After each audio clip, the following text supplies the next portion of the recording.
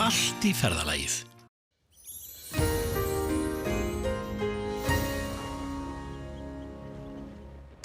Komið sæl, það hefur verið mjög úrkomusamt á vestanverðu landinu í dag og hvasst á Norðurlandi og við sjáum hérna á gervitunglamynd sem að tekinu var klukkan 10:30 það bil í dag að það er hér lögð yfir mynd úr veðursjá veðurstofunnar sem er í nágrenni Keflavíkurflugvallar. Hún sýnir okkur úrkomubelti þarna við vestanvert landið og yfir Snæfellsnesi má sjá svona gulan lit sem að þýðir að það voru mjög þykk ský og mikil úrkoma yfir Snæfellsnesi á þessum tíma. Og það stóð heima vegna þess að við sáum síðan að klukkustund athugun frá Grundarfirði mældi 17 millimetra rúma af rigningu á einni klukkustund sem er mjög mikið og hefur einungis gerst í örfá skipti á þeim slóðum. En það rigndi líka mikið á Vestfjörðum og Hnúkaþeyrin náði sér á strik bæði á Norðurlandi og á Austfjörðum en á nokkrum stöðum mældist 13 stiga hiti og vindhraðan fór víða í svona 20-23 metra á sekúndu til fjalla. En það var svolítið misjafnt hvað vindurinn náði sér niður á láglendi. En það dregur nú hægt og bítandi bæði úr þessu hvassviðri og rigningu þegar líða tekur á kvöldið og nóttina og við sjáum að það er áframhaldandi suðvestan og vestanátt í kortunum á morgun en svo kemur hér skammvinn norðanátt yfir land með smá éljum á þriðjudagskvöld, annað kvöld sem sagt. En það eru ekki mikla breytingar í stóru myndinni og hæðasvæði enn hér suður og suðaustur af landi sem að stýrir í raun og veru öllum lægðum til okkar.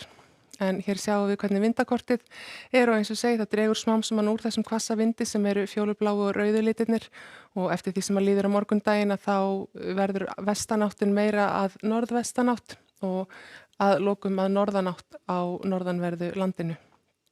En í fyrramáli klukkan 8 er ennþá svolítil rigning á suðvestanverðu landinu. Það verður þá farið að birta til allra vestast, til dæmis á Suðurnesjum og kannski utarlega á Snæfellsnesi. Hitinn er rétt yfir frostmarki mjög víða en það kemur til að frysta aftur á morgun þannig að þar sem eru blautir vegir eða göngustígar eða annað slíkt að þá er nú útlit fyrir talsverða hálku ef að þannig ber undir.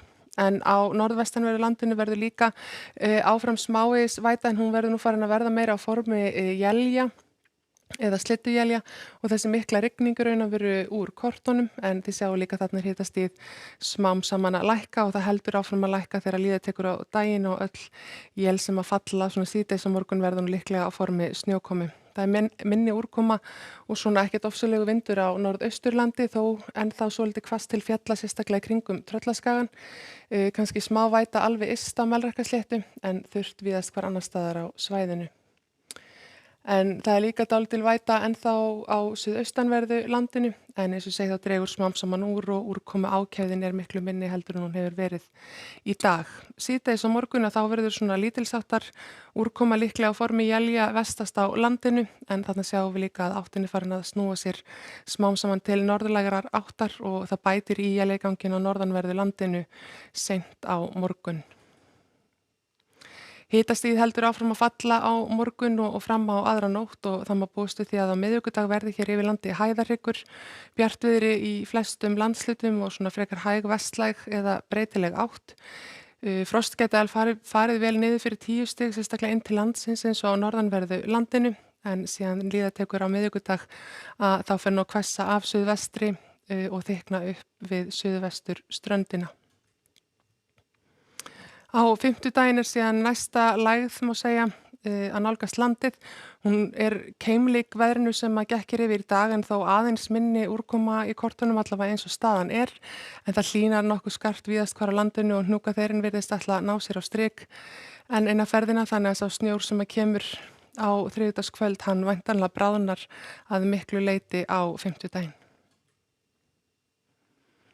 En eins og við sjáum að þá er svona smám saman minnkandi vindur og úrkoma á morgun og við sjáum síðan hvernig þetta fer í norðanátt og éljagang á norðanverðu landinu. Verið sæl.